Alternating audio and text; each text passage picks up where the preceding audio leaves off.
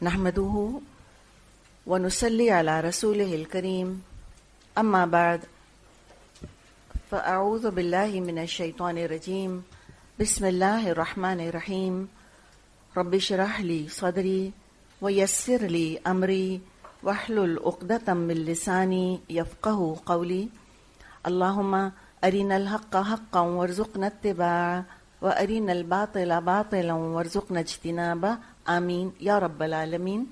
سورۃ آل عمران آیت نمبر 102۔ اب یہاں پر جو مضمون آ رہا ہے بہت اہم مضمون ہے، اور یہ جو آیات آ رہی ہیں آیت نمبر 102، 103 اور 104، یہ سمجھیں کہ امت کے احیاء کی میتھڈالوجی ہے جو ہم کو بتائی جا رہی ہے۔ امت کے احیاء کا طریقہ کار کیا ہوگا اگر ہم دوبارہ اسلام کو اس کی لاسٹ گلوری پر اسٹیبلش کرنا چاہتے ہیں، اگر ہمارے دل میں کوئی درد ہے امت کا، اگر کبھی ہم نے کوئی خون کے آنسو روئے ہیں مسلمانوں کا حال دیکھ کر، تو اللہ تعالیٰ نے ہم کو طریقہ سکھا دیا، سمجھا دیا یہاں پر کہ تم ان 3 سٹیپس کو فالو کر لو، انشاءاللہ تعالیٰ اللہ نے چاہا اللہ کی مدد آئے گی اور دوبارہ سے ہم ایک امت بن جائیں گے، دوبارہ متحد ہو جائیں گے، دوبارہ ہمیں اپنے بھولا ہوا مقصد یاد آ جائے گا، اور اللہ بھی ہمیں عزت سے نوازے گا، پھر دنیا میں ہماری عزت ہو جائے گی۔ یعنی کہ جو آج حال ہم دیکھ رہے ہیں، جس کے لیے شاعر نے کہا ہے کہ وہ دین جو بڑی شان سے نکلا تھا وطن سے، آج پردیس میں غریب الغربا ہے، تو ہم دیکھ رہے ہیں۔ تو اپنی ذاتوں کے لیے تو سبھی روتے ہیں، بہت نصیب والے ہوتے ہیں جو کسی اعلیٰ تر مقصد کے لیے بھی روئیں، اپنے جذبات کو کسی مقصد کے ساتھ بھی اٹیچ کریں، صرف اپنے منہ میں نوالے ڈالنے کے لیے نہیں، صرف اپنا لباس پہننے کے لیے نہیں، صرف اپنی ذات کو اذیت پہنچی ہے اس کے لیے نہیں، بلکہ کوئی اور بھی اعلیٰ تر مقصد ہو۔ اور میں اور آپ انسان ہیں، ہم جانور نہیں ہیں، ہم کیچڑ میں رینگنے والا کیڑا نہیں ہے۔ کیڑے بھی اپنی ضرورتیں پوری کر لیتے ہیں، اللہ نے اس کو بھی کیچڑ دے دی ہے، وہ کیچڑ ہی کھاتا ہے، کیچڑ میں رہتا ہے، کیچڑ میں خوش رہتا ہے۔ ہم اس کو لا کے اپنے ہاں صوفے پر بٹھا دیں ڈرائنگ روم میں، وہ مر جائے گا، اللہ نے سب اس کو دے دیا ہے وہاں پر۔ تو اگر میں نے بھی یہ سمجھ لیا اور آپ نے بھی یہ سمجھ لیا کہ میرا مقصد ہے میں پیدا ہوں، پھر میں کھاؤں، میں پیوں، اس کے بعد میں ضروریات پوری کروں، بطن اور فرج کی ساری خواہشات پوری ہو جائیں، پھر بچے پیدا ہو جائیں، پھر مر جائیں، تو پھر فرق کیا رہا انسان میں اور جانور میں؟ تو ہم اگر مسلمان ہوتے ہوئے جانوروں کی سطح پر زندگی گزاریں گے تو ہم یہ توقع نہ کریں کہ ہم کو آنر ملے گا۔ دنیا کی اقوام دنیا میں رہتی ہیں اور دنیا حاصل کرنے کی جد و جہد کرتی رہتی ہیں، ان کا کوئی اعلیٰ تر مقصد نہیں ہے زندگی میں، وہ کامیاب ہوتی رہتی ہیں، اور ہم کیوں نہیں کامیاب ہوتے؟ کسی نے کہہ دیا ہے نا کہ تو قیاس اقوام مغرب پر نہ کر، خاص ہے ترکیب میں قوم رسول ہاشمی۔ ہم مغرب کی اقوام کی طرح نہیں ہیں، اللہ نے ہم کو کیا بنایا ہے؟ محمد صلی اللہ علیہ وسلم کی امت ہیں ہم، اور جو شریعت حامل شریعت اقوام ہوتی ہیں اس کے لیے قاعدہ ہے اللہ تعالیٰ کا، جو شریعت والی اقوام ہوتی ہیں جب وہ شریعت چھوڑ دیتی ہیں تو اللہ تعالیٰ ان کو انہائلیٹ نہیں کرتا، ایکسٹنکٹ نہیں کرتا۔ شاید وہ ہلکی سزا ہوتی اگر ختم ہوتے۔ وہ کسی نے کہا ہے نا کہ ہوئے مر کے ہم جو رسوا، وہ کیا ہے؟ ہوئے کیوں نہ غر کے دریا، کہ نہ کہیں مزار ہوتا نہ کہیں کچھ اور ہوتا تو بس قصہ ہی ختم ہوتا۔ نہیں، اللہ تعالیٰ ان کو ختم نہیں کرتا، ان کو نشان عبرت بنا کے چھوڑ دیتا ہے دنیا میں اللہ تعالیٰ۔ کیسی قوموں کو؟ جن کے پاس شریعت ہوتی ہے اور وہ شریعت پر عمل نہیں کر رہی ہوتی، جو اپنی شریعت کو چھوڑ بیٹھتی ہیں، اللہ ان کو ایک عبرت کی علامت، عبرت کا نشان بنا کر چھوڑ دیتا ہے دنیا میں۔ کس طرح سے؟ ضربت علیہم الذلۃ والمسکنہ، اللہ دے مارتا ہے ان کے اوپر ذلت اور مسکنت۔ وباؤ بغضب من اللہ، اور وہ اللہ کے غضب میں گھر جاتی ہیں، لوگ دیکھتے ہیں ترس کھاتے ہیں، افسوس کرتے ہیں ان کے حال کے اوپر۔ اور وہ قومیں پہ رو رو کے اپنا ماضی یاد کرتی رہتی ہیں، ہم کبھی ایسے تھے کبھی ویسے تھے. پھر قومیں دو حصوں میں بڑھ جاتی ہیں، امتیں. ایک امت کا حصہ جو اپنی لاسٹ گلوری کو یاد کرتا رہتا ہے اور بس یاد ہی کرتا رہتا ہے اور بیٹھ کے روتا ہی رہتا ہے بس. اور ایک حصہ جس کے اندر غصہ اتنا آتا ہے، اتنا کمپلیکس آتا ہے، وہ کہتے ہیں we have nothing to do with this امت، ہمارا کوئی تعلق نہیں ہے اس سے. اب ہم کوئی نیا راستہ تلاش کریں گے. ہمیں کیا دیا اسلام نے، کیا فائدہ ہوا ہمارا مسلمان ہونے کا. تو اس طرح امتیں نظریاتی طور پہ طبقاتی طور پہ ہر لیول کے اوپر پہ وہ کٹتی اور پھٹتی چلی جاتی ہیں اور کمزور سے کمزور تر ہوتی چلی جاتی ہیں. ہو سکتا ہے ہمیں خیال آئے کہ یہود کو تو بڑی گلوری ملی ہوئی آج کل، اس کا بھی اللہ تعالیٰ نے یہاں پر ذکر کر دیا ہے، وہ بھی ہم دیکھ لیں گے انشاءاللہ کہ کیا گلوری ہے اور کیسی ہے، اپنی ہے یا ادھار مانگی ہوئی گلوری ہے. اور ہم مسلمان تو 100% ہم تو جیتی جاگتی اس کی مثالیں موجود ہیں. ہم تو ہیں دنیا کے لیے نشان عبرت. اس وقت مسلمانوں کے ساتھ مجھے بتائیں کون سی سکسیس سٹوری اٹیچ ہوئی ہوئی ہے، کون سی خوبی کا سمبل ہم بنے ہوئے ہیں. غصے کی بات کریں تو مسلمان کا نام آتا ہے، عورتوں پر ظلم کی بات کریں تو مسلمانوں کا نام آتا ہے، اگر حسد کی بات کریں مسلمانوں کا، آپس میں پھٹنے کا ذکر آئے تو مسلمانوں کے مثال، رسوا ہوں، کافروں سے پٹیں، کہیں بھی آپ دیکھیں کوئی مر رہا ہے، کون مر رہا ہے؟ مسلمان مر رہا ہے. دنیا کا حال ہم دیکھ لیں اس وقت. حکمران کیسے ہیں؟ بدترین حکمران، وہ بھی دیکھ لیں کہاں پر ہیں. لوگوں کے اخلاق کا کیا معاملہ ہے وہ بھی دیکھ لیں. تو پھر ہمیں اللہ تعالیٰ نے نشان عبرت بنا کر چھوڑ دیا ہے. اگر ذرا بھی کسی کے اندر دین کی غیرت ہے، اس کا دل چاہے گا کہ حالات بدلیں، ہم بھی سر اٹھا کر چلیں. تو اللہ تعالیٰ نے اس کا طریقہ یہاں بتا دیا ہے. تو یہ بہت بہت اہم آیات ہیں. فرمایا یا ایھا الذین آمنوا. چلیں اس کو ہم پہلے دعا پڑھتے ہیں، پھر انشاءاللہ اس کو ہم شروع کریں گے. نحمدہ ونصلی علی رسولہ الکریم، اما بعد فاعوذ باللہ من الشیطان الرجیم، بسم اللہ الرحمن الرحیم. یا ایھا الذین آمنوا، اے لوگو جو ایمان لائے ہو. یہ خود پکار ہم جانتے ہیں کہ کتنی اہم ہے کہ اگر واقعی تم ایمان والے ہو، جیسے مثال کے طور پہ کسی سے کہا جائے اے عقل والوں، تو عقل والوں کے اندر ایک تشجیع جس کو ہم کہتے ہیں نا، ایک انکریجمنٹ ہے کہ اچھا اگر عقل والے ہو، ہم کہیں گے اے عقل والو یہ مسئلہ حل کرو. تو یہ لوگوں کے اندر ایک انسینٹو پیدا ہوتا ہے کہ بھئی ہمیں عقل والا سمجھا گیا ہے، we must live up to our reputation. تو وہی والی بات ہے کہ اے ایمان والو. تو اس طرح سے ابھارا گیا ہے، انسینٹو دیا گیا ہے کہ لیو اپ ٹو یور نیم، تم تو ہو مومن، نام ہی تمہارا کیا ہے؟ مومن، مسلم. تو اب یہ کام کرنے کا ہے، کرو. کیا کرو؟ اتقوا اللہ، اللہ کا تقوی اختیار کرو.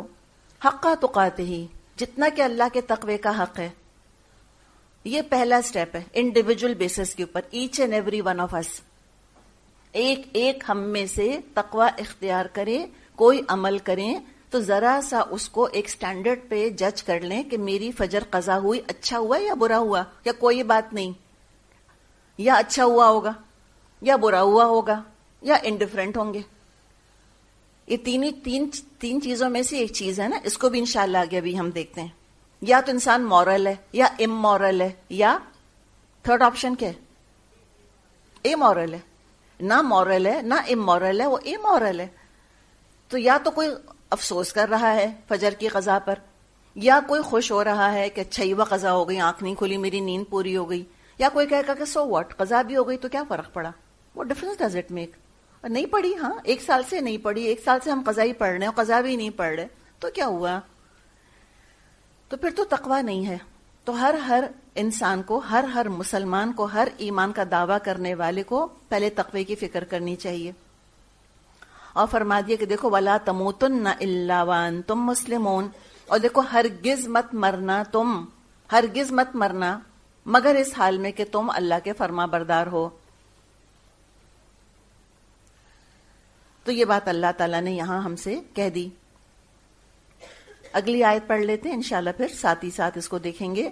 فرمایا واعتصموا بحبل اللہ جمیعا، اور تم سب مل کر اللہ کی رسی کو مضبوط پکڑ لو۔ ابھی کب ممکن ہوگا؟ یہ آیت نمبر 102 پر عمل کیے بغیر ہوگا؟ نہیں ہوگا۔ تو یہ انٹر لنکڈ ہیں آپس میں۔ یہ 3 سٹیپس ہیں جو اللہ نے بتائے ہیں۔ پہلے سٹیپ کو پھلانگ کر دوسرے پر نہیں پہنچ سکیں گے۔ تو ابھی تو بات انڈیویجولز کی ہے، میری اور آپ کی بات ہے۔ ہمیں ایک معیار اپنے سامنے تقوی کا رکھنا ہے اور اپنے اعمال کو اس پر جج کرنا ہے کہ تقوی کے ساتھ ہی میں نے عمل کیا یا نہیں کیا۔ پھر فرمایا کہ اللہ کی رسی کو مضبوط تھام لو، جمیعاً ولا تفرقوا، اور دیکھو فرقے فرقے مت ہو جانا۔ واذکروا نعمت اللہ علیکم، اللہ کی نعمت کو یاد رکھو جو اس نے تم پر کی ہے۔ اذ کنتم اعداء، جب تم دشمن تھے۔ فألف بین قلوبکم، تو اللہ نے تمہارے دلوں میں محبت ڈال دی۔ فاصبحتم بنعمتہ اخوانا، پھر تم اللہ کے فضل سے، اس کی نعمت سے تم بھائی بھائی بن گئے۔ وکنتم علی شفا حفرۃ من النار، اور تم تو آگ کے گڑھے کے کنارے کھڑے ہوئے تھے۔ فانقذکم منہا، تو اللہ نے تم کو اسے نجات دے دی۔ کذالک یبین اللہ لکم آیاتہ، اسی طرح اللہ اپنی آیات تمہارے آگے کھول کھول کر بیان کرتا ہے۔ لعلکم تہتدون، تاکہ تم ہدایت پالو۔ تو آپ خود اندازہ لگا سکتی ہیں کہ کتنی گہری آیات ہیں، اور اللہ نے پھر آیت نمبر 103 میں ایک تاریخ کا ذکر کر دیا، بتا دیا ہم کو کہ پہلے بھی دشمنیاں تھیں، پہلے بھی پھٹے ہوئے تھے اور جڑ گئے تھے۔ جب ایک دفعہ ہو سکتا ہے تو دوبارہ بھی ہو سکتا ہے۔ جو رائٹ برادرز تھے انہوں نے کتنی دیر کی فلائٹ کری تھی، ہیویئر دین ایئر فلائٹ، کچھ پتا ہے آپ کو؟ کتنی دیر جہاز اڑایا تھا انہوں نے؟ جو انہوں نے پہلا جہاز بنایا تھا ایروپلین، 6 منٹ 6 منٹس 6 منٹ اڑا تھا۔ اس کا مطلب کیا ہوا کہ پاسبل ہے نا، جب 6 منٹ اڑ سکتا ہے تو 6 گھنٹے بھی اڑ سکتا ہے، پھر 10 گھنٹے بھی اڑ سکتا ہے، پھر وہ 15 گھنٹے 18 گھنٹے بھی اڑ سکتا ہے۔ تو جب ایک دفعہ ہو چکا ہے، تاریخ گواہ ہے اس کے اوپر کہ تم پھٹے ہوئے تھے، تم دشمن تھے، تم آگ کے گڑھے میں گرے جا رہے تھے، اور پھر تمہارے اندر اتحاد اور اتفاق پیدا ہو گیا، تم بالکل کسی عزت کے قابل نہ تھے دنیا کے اندر، اور تم پھر اس کے بعد بکریاں چراتے چراتے تم دنیا والوں کو تم نے امانت اور دیانت کا سبق پڑھا دیا۔ تو اگر ایک دفعہ ہو سکتا ہے تو دوبارہ بھی ہو سکتا ہے۔ تو اللہ تعالیٰ اسی طرح آیات کھول کے بیان کرتا ہے تمہارے سامنے۔ ابھی جو آیت ہے تقوی والی آیت، آیت نمبر 102، کہ اللہ تعالیٰ نے فرمایا ہے کہ اللہ کا تقوی اختیار کرو حق کا تقاتہ ہی۔ اس وقت تو میرے اور آپ کے کرنے کا کام یہ ہے، اس پر ہمیں فوکس کرنا ہے۔ عبداللہ بن مسعود رضی اللہ عنہ نے اس آیت کی تفسیر میں فرمایا ہے کہ اللہ کی اطاعت کی جائے، لازم پکڑ لیں میں اور آپ، جان بوجھ کے نافرمانی نہیں کریں گے، خطا ہو گئی تو استغفار کریں گے، اللہ کی اطاعت کرنی ہے۔ اور یہ حدیث میں جو الفاظ ملتے ہیں، جو آپ صلی اللہ علیہ وسلم بیعت لیا کرتے تھے لوگوں سے۔ بیعت کا پتہ ہے آپ کو بیعت کیا ہے؟ جو یعنی کہ اس زمانے میں کیا ہوتا تھا کہ جب لوگ مسلمان ہوتے تھے تو پھر جب وہ کلمہ پڑھتے تھے، پھر آپ صلی اللہ علیہ وسلم اپنا داہنا ہاتھ آگے کرتے تھے، اور وہ بھی اپنا سیدھا ہاتھ آپ کے ہاتھ میں دیا کرتے تھے۔ تو وہ ہاتھ میں ہاتھ پکڑ کے پھر ان سے اوتھ لیا، ایک بیعت لی، کمٹمنٹ لی جاتی تھی۔ اور کیا کمٹمنٹ تھی؟ آپ نے کہا تھا کہ تم اللہ کی اطاعت کرو گے، نافرمانی، میری بھی نافرمانی نہیں کرو گے، ہر اچھے کام میں کوئی نافرمانی نہیں کرو گے، اور چاہے دل چاہ رہا ہو یا دل نہ چاہ رہا ہو تم بات مانو گے۔ منشیتی والمکرہتی، دل چاہے تو بھی مانو گے، دل نہیں چاہے گا تب بھی مانو گے۔ تو یہ اطاعت کا مطلب یہ نہیں ہے کہ ہر وقت ہمارا دل کھلا ہوا ہوگا اور ہم ہر وقت بہت خوش ہوں گے اور ہر وقت ہم کو سچ بولنا بہت ہی اچھا لگ رہا ہوگا۔ نہیں، ہر نیکی جو ہے وہ انسان کو خوشی نہیں دیتی، بھول جائیں اس تصور کو۔ بعض نیکیاں سکون دیتی ہیں اور بعض نیکیاں بے سکون کر دیتی ہیں انسان کو۔ کیا خیال ہے آپ کا ہجرت کے بارے میں؟ اپنی بیوی اور بچے کو چھوڑ کر جب جا رہے ہوں گے ابو سلمہ تو بہت خوش ہوں گے، ہنستے ہوئے جا رہے ہوں گے، گاتے ہوئے۔ بتائیں کیسے جا رہے ہوں گے؟ تصور کریں نا، وہ کوئی ہائی وے نہیں بنے تھے کہ جگہ جگہ میک ڈونلڈ رکھا ہوا ہے اور پھر سیل فون ہاتھ میں اور میں سلمہ سے اچھا just please keep in touch, keep messaging, ایسے نہیں تھا. کس حال میں نکل کر گئے ہوں گے، کچھ نہیں پتا کہ پیچھے ہوا کیا، بچہ زندہ بھی ہے کہ نہیں، بیوی کا کیا حال ہے، کیسے گئے ہوں گے. آپ امیجن کچھ تو کر سکتے ہیں نا. ہم اتنی سی دیر کو نکل کر گھروں سے آتے ہیں تو ہم کو تو سیل فون کی پارٹنگ کا ہمیں انگزائٹی ہو جاتی ہے کہ میرے ہاتھ میں سیل فون نہیں، مجھے نہیں پتا چلا کہ 2 منٹ پہلے میرے گھر میں کیا ہو گیا. اور امیجن کریں ان کا حال. تو ہر خوشی جو ہے وہ نیکی کے ساتھ وابستہ نہیں ہے. بعض نیکیاں ہوتی ہیں اللہ کی فرما برداری کرنی ہوتی ہے، وہ بہت بھاری پڑتی ہے انسان پہ، اور اس کی انسان کو قیمت بھی پے کرنی پڑتی ہے. نیکیاں بھی فری نہیں ہیں، ایٹ ٹائم انسان کو قیمت چکانی ہوتی ہے نیکی کی. اپنی مرضی کے خلاف جا کر کام کرنا ہوتا ہے، بعض دفعہ لوگ خفا ہو جاتے ہیں، برداشت کرنا ہوتا ہے. تو اللہ کی اطاعت کرنی ہے جو بھی ہے. بہرحال سپریم چیز کیا ہے کہ مجھ کو اللہ کی نافرمانی نہیں کرنی، اس کو بس پیوٹ بنا لیں، یہ تقویٰ ہے. اور نافرمانی نہ کی جائے. اطاعت بھی کر رہے ہیں اور نافرمانی بھی، جی ہاں یہ ہوتا ہے. نماز بھی پڑھ رہے ہیں اور جھوٹ بھی بول رہے ہیں، روزے بھی رکھ رہے ہیں اور رشوت بھی لے رہے ہیں، اور زکوٰۃ بھی دے رہے ہیں اور حرام بھی کھا رہے ہیں، حرام بھی کما رہے ہیں. یہ نہیں ہونا چاہیے. پھر ہولسم دین ہونا چاہیے. اللہ کی اطاعت کی جائے، نافرمانی نہ کی جائے، اللہ کو یاد رکھا جائے. اطاعت کرتے کرتے بعض دفعہ ہم بھول جاتے ہیں کہ کر کیوں رہے ہیں اطاعت. پہلے دن جب کلاس میں آئے تھے سب کو پتا تھا کہ ہم تو اللہ کی کتاب پڑھنے آئے ہیں. اس کے بعد بھول جاتے ہیں، لگتا ہے کوئی کسی کو ہرانے آئے ہیں، شاید بھول جاتے ہیں کہ سیکھنے آئے ہیں کہ دوسروں کو ہرانے آئے ہیں.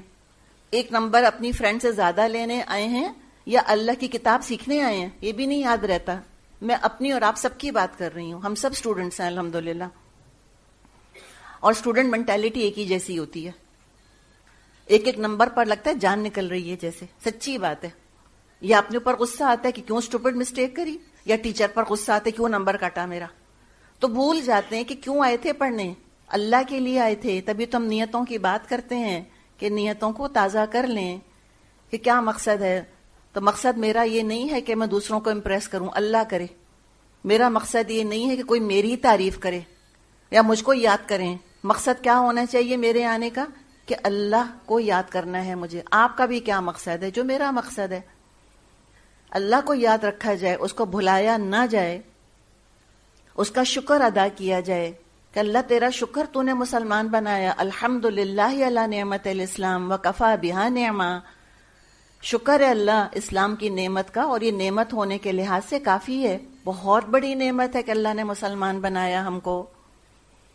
اور ناشکری نہ کی جائے، دل کو نہ غم میں مبتلا کیا جائے کہ ناحق مسلمان گھر میں پیدا ہو گئے.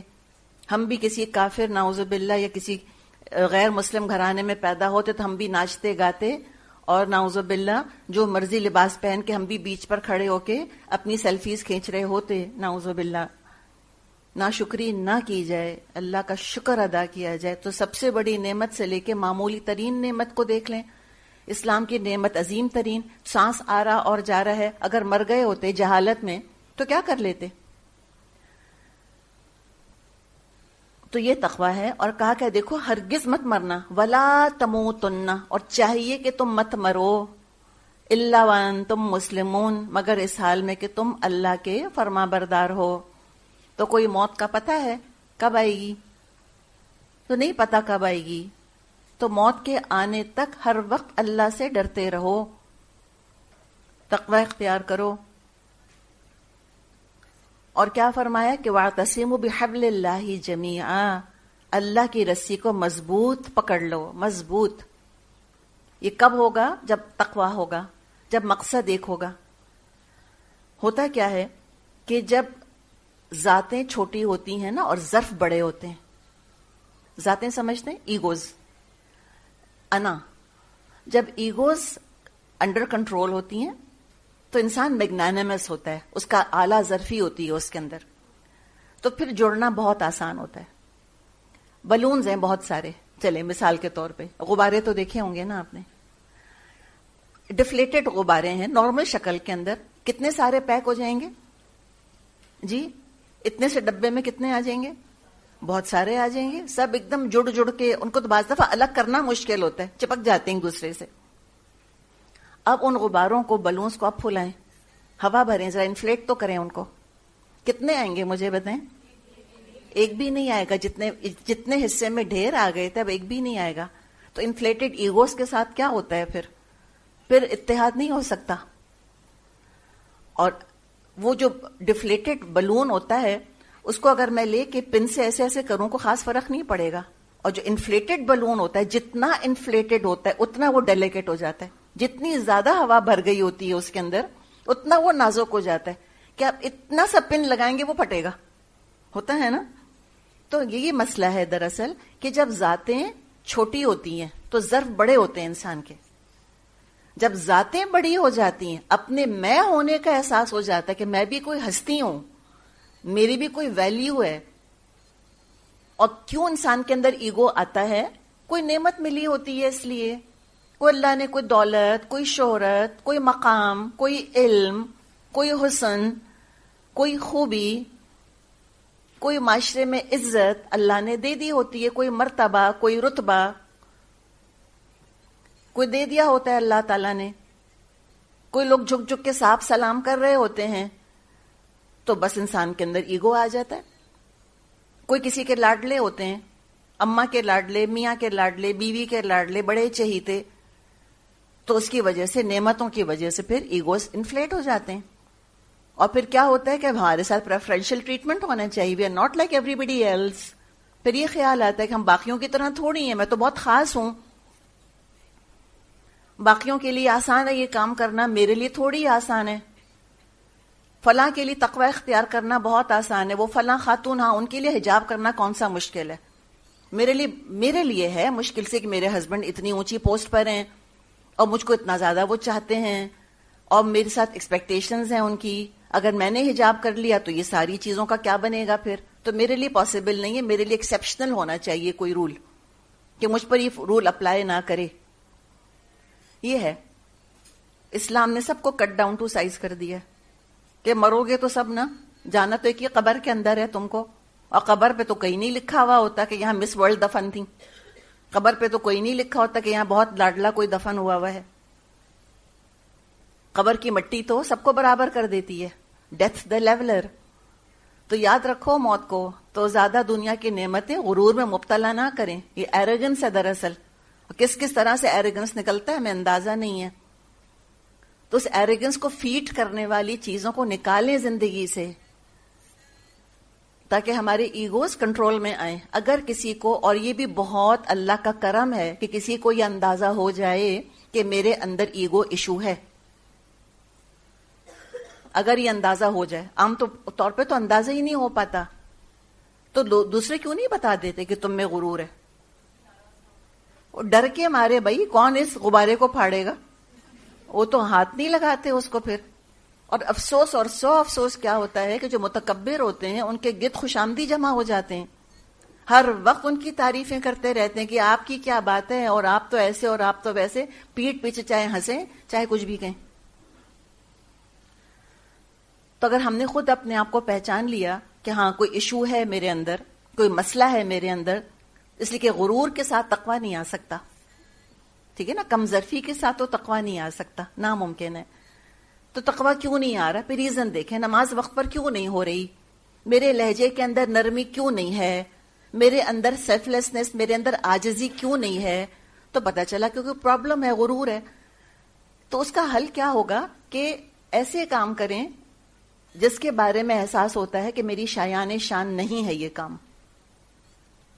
مثال کے طور پہ بہت کسی کے پاس پیسہ ہے اور بڑی ان کی شان ہے اور بڑے ان کے نوکر چاکر ہیں, اب تو گاڑی کا دروازہ بھی خود نہیں کھولتے. مثال کے طور پہ کون کھولے گا؟ ڈرائیور کھولے گا. بہت اچھی بات ہے, اللہ تعالیٰ سب کو ڈرائیور مبارک کرے. لیکن اگر لگ رہا ہے کہ یہ انداز, اب دروازہ, اگر آپ گاڑی کے پاس کھڑے ہو گئی جا کر, اب اس نے دروازہ نہیں کھولا تو انسلٹ لگ رہی ہے, خود کھولیں, خود کھول کے بیٹھے, منع کر دیں اس کو کہ نہیں میں خود دروازہ کھول کے بیٹھوں گی. کتنا مشکل کام ہے بتائیں, ایوریسٹ چڑھنے والا کام ہے کوئی یہ. جھاڑو پوچھا کریں گھر کے اندر, کریں ایسے کام, دھوئیں برتن, کپڑے دھوئیں, کریں ایسی چیزیں تاکہ غرور نکلے انسان کے اندر سے. اول تو کوئی پہچاننے کی توفیق دے اللہ تعالیٰ, ہر ایک کو لگتا ہے مجھ میں کہاں غرور، مجھ سے بڑھ کر عاجز کون نظر آئے گا دنیا میں. تو ان کو کنٹرول کرنے کی ضرورت ہے. پرابلم کیا ہوتا ہے کہ جب اتنے بڑے بڑے ایگوز لے کر ہم آتے ہیں نا، ہم کسی ٹیم کا حصہ نہیں بن سکتے. وَاعْتَصِمُوا بِحَبْلِ اللَّهِ جَمِيعًا کا تو سوال ہی پیدا نہیں ہوتا.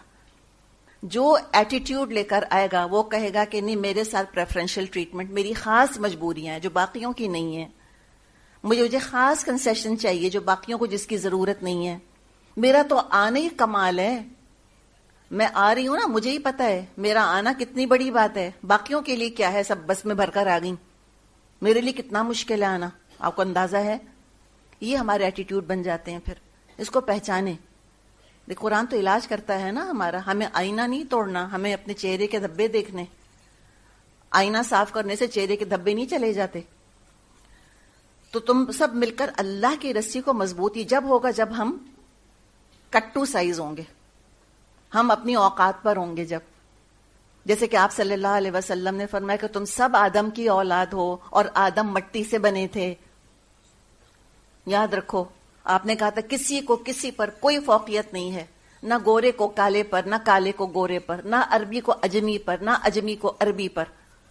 صرف تقوی کی فضیلت ہے کہ ان اکرمکم عند اللہ اتقاکم، سب سے زیادہ اللہ کے ہاں باعزت تم میں سے وہ ہے جس میں سب سے زیادہ تقوی ہے. کسی کو کسی پہ کوئی فوقیت فضیلت نہیں. تو اپنے آپ کو خود کٹو سائز کریں کہ میری کوئی حیثیت نہیں ہے. اپنے آپ کو بتائیں مجھے مٹی ہونا ہے، مجھے قبر میں جانا ہے. تو لہٰذا جب ہم اس طرح کٹو سائز کر لیں گے، تقوی ہم میں آ جائے گا، تب کہیں جا کے پھر ہم اس طرح سے اللہ کی رسی کو مضبوط پکڑ سکیں گے. ولا تفرقوا، اور دیکھو فرقے فرقے مت ہو جانا. اب یہ جو اللہ تعالیٰ نے بات فرمائی ہے یہاں پر کہ تم اللہ کا کتنا تقوی کرو، حق تقاتہ ہی، تب تو یہ سب کچھ ہو بھی سکے گا. اللہ کے عذاب سے بچنے کی کوشش کرے انسان، تقوی اختیار کرے. کتنا حق تقاتہ ہی کہہ دیا، کیا اللہ کا بھی کلام کرنے کا انداز ہے. اتنا تقوی کرو جتنا اللہ کے تقوی کا حق ہے. مثال کے طور پہ کوئی بچہ آ کے ماں سے پوچھتا ہے کہ میں آپ کی کتنی خدمت کروں، کوانٹیفائی کر دیں، آپ بتا دیں کتنا خیال کروں. ماں کہے اس سے اتنا خیال کرو جتنا ایک ماں کا حق ہے. اوپن کر دیا نا اس کو. مراد ہے کہ کیپ آن ٹرائنگ، تم کبھی ٹارگٹ اچیو کر سکو گے نہیں. اگر کہہ دیا کہ حق تقاتہ ہی، اس کا مطلب ہے کہ اللہ کا حق جتنا ہے، اللہ کے حق کا اندازہ کیسے لگا سکتے ہیں ہم. اس لیے کسی کا حق جب دینا ہو تو دو چیزوں کو ہمیں کنسیڈر کرنا ہوگا. ایک اس کا مقام، کہ کیا مقام ہے اس کا، کتنا دیں اس کو. دوسرے اس کا احسان، کہ کتنا احسان کیا ہے اس نے ہم پہ. تو ہم تو نہ اللہ کے مقام کے حساب سے کوئی تقوی اختیار کر سکتے ہیں اور نہ اس کے احسانات کے حساب سے تقوی اختیار کر سکتے ہیں. ہم تو عاجز ہیں، بالکل کر ہی نہیں سکتے. تو جتنی اللہ کی قدر بڑھے گی اتنا تقوی بڑھے گا. جتنے اللہ کے احسانات کو یاد کریں گے اتنا تقوی بڑھے گا. اور علم کے بغیر تقوی آ نہیں سکتا. علم کے بغیر فرما برداری ممکن نہیں ہے. اور یہ تقوی ہوتا کہاں جمع ہوتا ہے؟ دل میں جمع ہوتا ہے. التقوی ہا ہونا. آپ صلی اللہ علیہ وسلم نے تو 3 دفعہ دل کی طرف اشارہ کر کے فرما دیا تھا کہ تقوی تو یہاں ہوتا ہے، دل کے اندر ہوتا ہے. تو دل کی اصلاح سے آغاز کرنا ہے. دیکھیں ایگوز کا بھی ایشو کہاں ہے؟ ایٹیٹیوڈز. اس کا روٹ کاز کیا ہے؟ دل. تو دل کی اصلاح کرنے کی بہت ضرورت ہے کہ اللہ تعالیٰ شک اور نفاق نکل جائے، حسد نکل جائے اور حقارت نکل جائے. حسد کرتے ہیں اپنوں سے زیادہ بہتر سے، اپنے سے بہتر سے حسد کیا جاتا ہے نا، جیلیسی. اور حقارت کیا ہوتی ہے؟ ڈسڈین، اپنے سے کمتر کو دیکھ کر. ہم تو ان کو آؤٹ سائڈ ویلیو دیکھتے ہیں نا. کسی کو حقیر کب سمجھتے ہیں؟ جب ہماری پسند کا ڈریس نہیں پہنا، فیشن کے حساب سے میک اپ نہیں کیا، اس لہجے میں انگریزی نہیں بولی جس لہجے میں بولنی چاہیے تھی. تو پھر حقارت، ڈسڈین آتا ہے. تو دعا کریں کہ اللہ تعالیٰ میرے دل سے یہ حسد اور یہ کینہ اور یہ حقارت یہ سب نکل جائے، اور اللہ رسول کی محبت دل میں آ جائے. دل چاہے کہ اللہ مجھ سے راضی ہو جائے، رضی اللہ عنہ پہ رشک آیا کرے کہ اللہ تعالیٰ تو کیسے راضی ہو گیا تھا صحابہ سے، اللہ مجھ سے بھی راضی ہو جا. تو یہ بہت قیمتی متاع ہے قلب سلیم، سلامت دل. تو دل کے اندر محبت ہوگی اللہ رسول کی تو گناہوں پر استغفار کی توفیق مل جائے گی، اور انشاءاللہ پھر ایمان پر خاتمہ ہوگا. جو کہا ہے نا کہ دیکھو مت مرنا مگر اس حال میں کہ تم اللہ کے فرما بردار ہو، تو انشاءاللہ یہ ہوگا، ممکن ہوگا، لیکن اس کے لیے ایفرٹ کرنا ہے، خود سے نہیں ہوگا. آپ صلی اللہ علیہ وسلم میت کے لیے جو دعا مانگا کرتے تھے اس میں یہ الفاظ آتے ہیں کہ اللہم من احییتہ منا فاحیہ علی الاسلام، اللہ ہم میں سے جس کو تو زندہ رکھ، اسلام پر زندہ رکھ، فرما برداری پر زندہ رکھ. ومن توفیتہ، اور اللہ جس کو تو وفات دے دے، فتوفہ علی الایمان، تو اللہ ایمان کی موت نصیب فرما. تو دعا کریں کہ اللہم ثبتنا عند الموت بلا الہ الا اللہ، اللہ موت کے وقت ہمارے قدم جما دے کس سے؟ لا الہ الا اللہ محمد رسول اللہ کے کلمے سے. آخری بات ہماری جو زبان سے نکلے وہ کلمہ ہو. اور سب اللہ کے دین کو اب جب تقویٰ آ گیا اور موت یاد کرتے رہیں گے تو پھر دنیا ظاہر چھوٹی ہوگی. کتنا موت کو یاد کریں؟ بہت یاد کریں، کثرت سے یاد کریں. اور کیسے یاد کریں موت کو؟ کوئی بچہ پیدا ہوا، ہسپتال گئے دیکھنے، اب دیکھ کر کہہ رہے ہیں ہاں اب اس کو تو مرنا ہی ہے اس بچے کو، نعوذ باللہ. یہ طریقہ نہیں ہے موت کو یاد کرنے کا. انسان اپنے آپ کو خود بتاتا ہے کہ مجھے کیا اٹیچ ہونا ان چیزوں سے. یہ علاج کر کے دیکھیں. اور انسان ہے نا، ہم اٹیچ ہو جاتے ہیں، ہم تو چیزوں سے بہت ہی اٹیچ ہو جاتے ہیں، ہم اپنے گھروں سے اتنے اٹیچ ہو جاتے ہیں. تو یاد کریں کتنی دیر کا یہ میرا گھر، چھوڑنا ہی ہے نا مجھ کو، قبر میں تو نہیں ساتھ جائے گا. تو انشاءاللہ یہ موت کو یاد کرنے سے انسان کے اندر ایک ڈٹیچمنٹ آتا ہے. اور یقین کریں ڈٹیچمنٹ انسان کو مینٹلی بہت، سائیکولوجیکلی بہت پرسکون کر دیتا ہے. تھوڑا ڈٹیچمنٹ. تو وہاں سے ڈٹیچ ہو گئے تو کہیں اٹیچ ہو گئے نا جا کر. اب ساروں نے اگر دنیا ہی کو پکڑا ہوا ہے تو اللہ کی رسی نہیں پکڑ سکتے. ہاتھ تو دو ہی ہیں. یہ نہیں ہو سکتا کہ ایک ہاتھ میں دنیا کی رسی اور ایک ہاتھ میں جو ہے وہ آخرت والی اللہ کی رسی. نہیں، یہ نہیں ہو سکتا. تو کہیں سے تم اپنی گرپ لوز کرو تاکہ کہیں تمہاری گرپ مضبوط ہو. تھوڑا دنیا سے ڈٹیچ ہو تاکہ تم پھر اللہ کی رسی کے ساتھ اٹیچ ہو جاؤ. سب کے سب مل کے پکڑ لو. دو مطلب ہیں اس کے. اجتماعیت کی طرف اشارہ ہے، اتفاق اتحاد ہونا چاہیے تمہارے اندر کہ سب مل کر پکڑ لو. یا مراد ہے پورے قرآن کو پکڑ لو. حبل اللہ کیا ہے؟ اللہ کا دین، یعنی کہ قرآن. قرآن کو سب پورے کا پورا قرآن عمل میں لے آؤ. یعنی کہ قرآن کے حصے بکھرے نہیں کرنا کہ تھوڑا مانا تھوڑا نہیں. کہ نمازوں کے بارے میں تو تم نے بہت ہی ایمفیسس سے کام کیا، پردے کے اوپر تو بہت ہی تم بگڑے بھی اور سنورے بھی، اور اخلاقیات کا کچھ پتہ ہی نہیں. لگتا ہے جیسے اللہ تعالیٰ نے اخلاق کا کوئی ذکر ہی نہیں کیا ہے قرآن کے اندر کہ غصے پہ قابو پاؤ، لوگوں کو معاف کر دو، محسن بنو. یہ تو لگتا ہے کوئی تعلیمات ہے ہی نہیں جیسے قرآن کی. قولوا للناس حسنا قولوا قولا سدیدا، لوگوں سے اچھی طرح بات کیا کرو. اس کو بھی تو یاد رکھو، وہ بھی تو قرآن کی تعلیمات ہیں. تو دو مطلب کیا ہوئے؟ واعتصموا بحبل اللہ جمیعا، کہ سارے کے سارے مسلمان مل کر اتفاق اور اتحاد کے ساتھ دین پر عمل شروع کر دیں. نمبر 2، پورے دین پر عمل کرو، پورے قرآن پر عمل کرو. ولا تفرقوا، اور فرقے فرقے مت ہو جانا، آپس میں تم پھٹ مت جانا. وَاذْكُرُوا نِعْمَتَ اللَّهِ عَلَيْكُمْ، اللہ کے احسان کو یاد کرو جو اس نے تم پر کیا ہے. تو زبان سے اور دل سے اور تنہائی میں اور مجلس میں اللہ کی نعمتوں کو یاد کریں.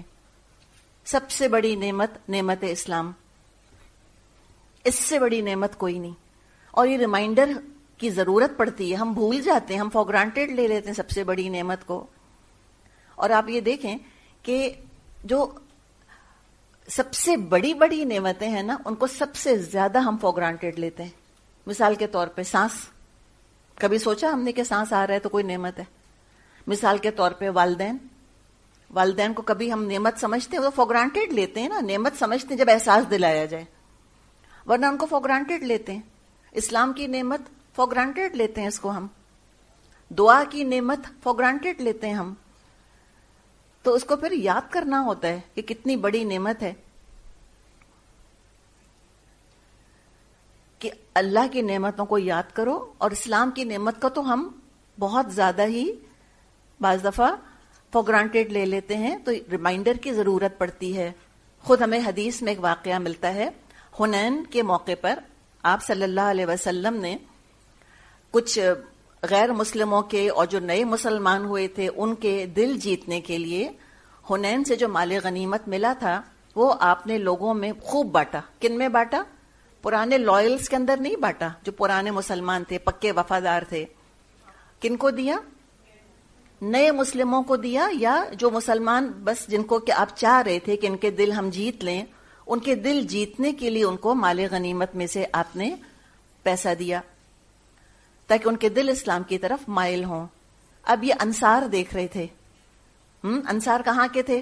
مدینے کے تھے. حنین کب ہوئی تھی؟ جب آپ مکے میں تھے. تو وہ انصار تھوڑے سے پریشان ہو گئے، ان کو فیلنگ آ رہی تھی کہ ہمیں تو کچھ نہیں دیا. اس موقع پہ آپ نے ان سب کو جمع کیا اور آپ نے خطبہ دیا.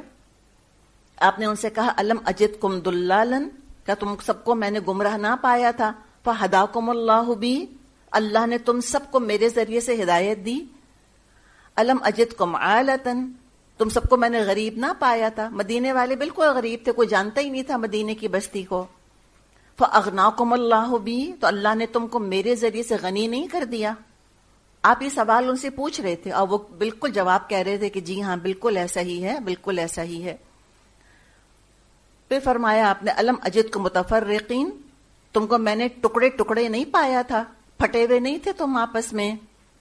فجمعکم اللہ بی، اللہ نے میرے ذریعے سے تم سب کو جمع کر دیا، اجتماعیت پیدا ہو گئی.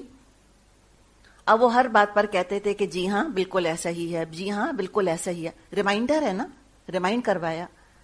پھر آپ نے فرمایا اما ترضون، کیا تم لوگ راضی نہیں اس بات پر ان یذهب الناس بالشاة والبعیر، کہ لوگ جو ہیں وہ بکریاں اور اونٹ لے کر چلے جائیں. وتذهبون برسول اللہ الى رحالکم، اور تم اللہ کے رسول کو لے کر لوٹو اپنے گھروں کو. تو اس پہ کہتے ہیں کہ اتنا روئے انصار کہ ان کی داڑیاں تر ہو گئیں. تو ہم بھی بھول جاتے ہیں ایٹ ٹائمز، ہم بھی دنیا میں کہتے ہیں وہ کتنا لکی اس کے پاس بڑا گھر، وہ کتنا لکی اس کے پاس اتنا حسن. سب سے بڑی بات تو یہ نعمت ہے اسلام کی جو کہ اللہ تعالیٰ نے ہم کو دی ہے. سب سے بڑا جو اللہ تعالیٰ نے یہاں پر ہم کو رول دیا ہے نا کہ وَاذْكُرُوا نِعْمَتَ اللَّهِ عَلَيْكُمْ، اللہ کی نعمتوں کو یاد رکھو. تو اللہ کی نعمتوں کو یاد رکھیں، یہ شکر کا ذریعہ بنتا ہے نعمت کو یاد رکھنا. اور غفلت کی وجہ سے ناشکری اور شکایتیں پیدا ہوتی ہیں. تو ضروری ہے کہ ہم اپنی دینی اور دنیاوی دونوں نعمتوں کو یاد رکھیں، دونوں کو. کیا کیا اللہ تعالیٰ نے نعمتیں دی ہیں دیکھیں. علم کی نعمت دی ہے، اللہ نے صحت دی ہے. اگر کوئی بیماری دی ہے تو اس سے بڑھ کر لوگوں کو بیماریاں ہیں، ان کو دیکھ لیں. اللہ نے اسلام کی نعمت دی ہے. جن کے پاس یہ نعمت نہیں ہے افسوس کریں، رحم کھائیں ان پر، ہمدردی کریں ان سے.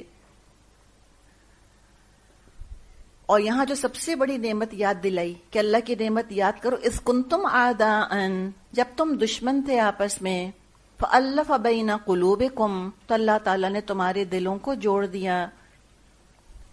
100 نعمتوں کی نعمت کیا؟ دلوں کا جڑ جانا. دل اگر پھٹ جائے نا انسان کا، ہر چیز سے مزہ کرکرا ہو جاتا ہے. سب سے بری مجلس وہ ہوتی ہے جہاں لوگوں کے دلوں میں ایک دوسرے کے لیے نفرت اور کینہ ہو، ہیٹریڈ ہو، ریزنٹمنٹ ہو. اس کمرے میں بیٹھ نہ سکیں ہم اگر ہمارے دلوں میں دوسرے کے لیے نفرت ہو. تو پلیز بہت دعا کیا کریں کہ اللہم الف بین قلوبنا، اللہ ہمارے دلوں میں الفت ڈال دے. وہ اصلح ذات بیننا، اللہ ہمارے معاملات کی اصلاح فرما دے. واہدنا سبل السلام، اللہ ہمیں سلامتی کے راستوں پر چلا. دلوں کا جڑنا سب سے بڑی نعمت. تو اللہ تعالیٰ فرما رہا ہے کہ دیکھو کیسے ہم نے تمہارے دل جوڑ دیے. فَأَصْبَحْتُمْ بِنِعْمَتِهِ إِخْوَانًا، پھر تم اللہ کے فضل سے بھائی بھائی ہو گئے. عربوں کی آپس کی نفرتیں، عربوں کی آپس کی لڑائیاں لیجنڈری تھیں، ان کی شاعری کا موضوع تھیں. اتنے جھگڑالو، اتنے لڑاکا تھے کہ ان کی لڑائیاں سالوں سالوں چلا کرتی تھیں. جیسے کہ حالی نے لکھا ہے اپنی مسدس میں کہ نہ ٹلتے تھے ہرگز جو اڑ بیٹھتے تھے، سلجھتے نہ تھے جب جھگڑ بیٹھتے تھے. جو دو لوگ آپس میں لڑ بیٹھتے تھے تو صدہا قبیلے بگڑ بیٹھتے تھے. دو لوگوں کی لڑائیوں کی وجہ سے بعض دفعہ کتنے قبیلوں کے اندر جو ہے وہ جنگ چھڑ جایا کرتی تھی. اور خاص طور پہ یہ مدینے میں اوس اور خزرج، ان کے اندر تو سالوں سالوں سے جنگ چل رہی تھی. جنگ بواس اس کا نام آتا ہے. جنگ بواس تھی ان کے اندر. آپ صلی اللہ علیہ وسلم نے ان میں محبت اور اتفاق پیدا کیا. تو اسلام ڈیوائڈ اینڈ رول کے اصول پہ عمل نہیں کرتا. اسلام کہتا ہے یونائٹ اینڈ رول، اتحاد پیدا کرو اور پھر ان کو ایک ڈائریکشن میں لے کر چلو. تو ایک اللہ، ایک رسول، ایک کتاب، ایک قبلے پر ان کو جمع کر دیا. قبائل کو شیر و شکر کرنے والا. وَكُنْتُمْ عَلَى شَفَا حُفْرَةٍ مِّنَ النَّارِ، اور تم تو آگ کے گڑھے پر کھڑے تھے. فَأَنْقَذَكُم مِّنْهَا، تو اللہ نے تم کو بچا لیا اس سے. گرنے ہی والے تھے آگ میں، اللہ نے بچایا. كَذَلِكَ يُبَيِّنُ اللَّهُ لَكُمْ آيَاتِهِ لَعَلَّكُمْ تَهْتَدُونَ. اسی طرح اللہ تعالیٰ اپنی نشانیاں تمہارے سامنے روشن کرتا ہے، شاید ان علامتوں سے تمہیں اپنی فلاح کا سیدھا راستہ نظر آ جائے. تو اب بات یہ ہے کہ آگے امت کا ذکر آئے گا. جب ہم یہ سارے سٹیپس فالو کر لیں گے اب ہم امت بن جائیں گے انشاءاللہ. اس کے بارے میں یہ سپیچ ہے مولانا محمد یوسف. یہ مولانا محمد یوسف جو ہیں یہ مولانا محمد الیاس کے بیٹے تھے. بزرگ تھے، بہت دین کی خدمت کری. تو یہ ان کی کوئی سپیچ ہے جو انہوں نے زندگی کے آخری دور میں کری ہے. تو بہت ہی خوبصورت باتیں لکھی ہیں انہوں نے امت کے بارے میں. تو یہ لکھتے ہیں کہ یہ امت بڑی مشقت سے بنی ہے. اس امت بنانے میں نبی اکرم صلی اللہ علیہ وسلم نے بڑی مشقتیں اٹھائی ہیں. ان کے دشمن یہود اور نصارہ نے ہمیشہ اس کی کوشش کی کہ مسلمان ایک امت نہ رہیں بلکہ ٹکڑے ٹکڑے ہوں. اب مسلمان یعنی اپنی امت ہونے کی صفت کھو چکے ہیں. جب تک امت بنے ہوئے تھے چند لاکھ ساری دنیا پر بھاری تھے. ایک پکا مکان نہیں تھا. کہاں کی بات کر رہے ہیں؟ مدینے کی. ایک پکا مکان نہیں تھا. مسجد تک پکی نہیں تھی. مسجد میں چراغ نہیں جلتا تھا. آپ کو اندازہ ہوگا کہ مسجد نبوی کے اندر روشنی نہیں تھی، کوئی چراغ. مسجد کی تو چھت پہ کیا پڑا ہوا تھا؟ کھجور کے تنے اور کھجور کی چھالیں، اور نیچے کچی مٹی تھی. جب بارش ہوتی تھی صحابہ سجدہ کرتے تھے تو مٹی ان کی ناک اور پیشانی پہ لگ جاتی تھی. ہمیں تو گھن اتنی آئے ہم تو نماز ہی نہ پڑھیں. ہم ایگوز کی بات کر رہے تھے نا، یہ ہے ہمارا معاملہ. تو کہا کہ انہوں نے کہ مسجد میں تو چراغ تک نہ جلتا تھا. مسجد نبوی میں ہجرت کے 9 سال چراغ جلا تھا. 9 years آفٹر ہجرہ، جب سارا دین کا غلبہ اپنی تکمیل کی طرف جا رہا تھا. سب سے پہلا چراغ جلانے والے تمیم داری ہیں اور 9 ہجری میں وہ اسلام لائے. 9 ہجری تک قریب سارا عرب اسلام میں داخل ہو چکا تھا. آپ صلی اللہ علیہ وسلم نور ہدایت لے کر تشریف لائے تھے. وہ پورے عرب میں بلکہ اس کے باہر پھیل چکا تھا اور امت بن چکی تھی. پھر یہ امت دنیا میں اٹھی، جدھر کو نکلی ملک کے ملک اس کے پیروں میں گرے.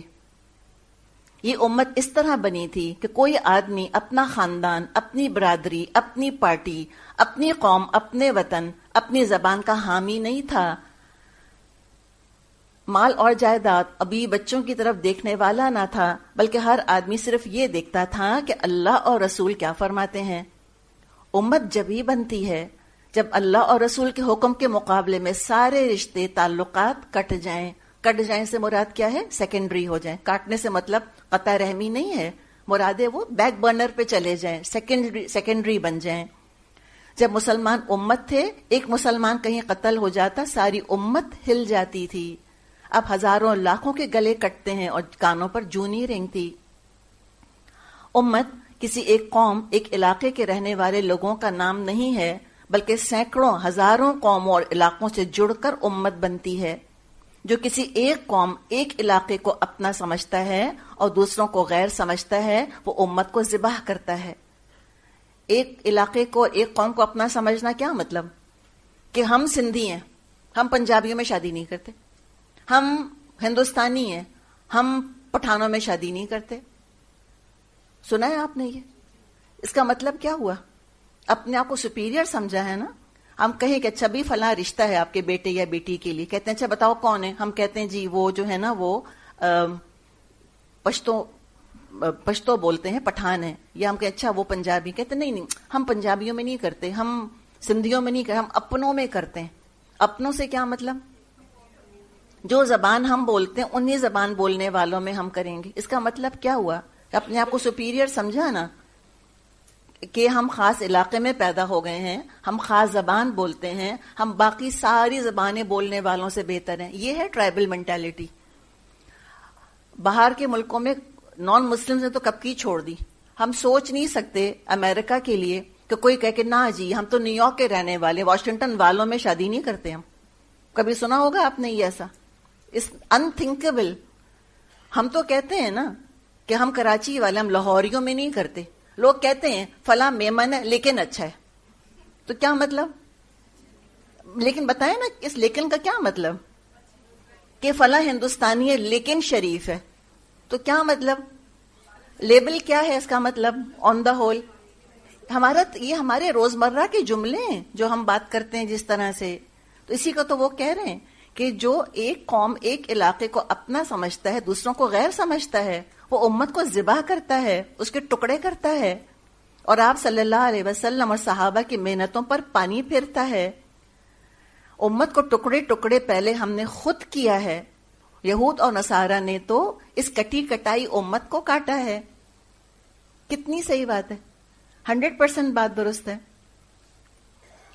اور یہ جو اللہ تعالیٰ نے فرمایا ہے کہ دیکھو تفرقے میں مت پڑنا، تم ایک دوسرے کو پھاڑنے والی باتیں مت کرنا.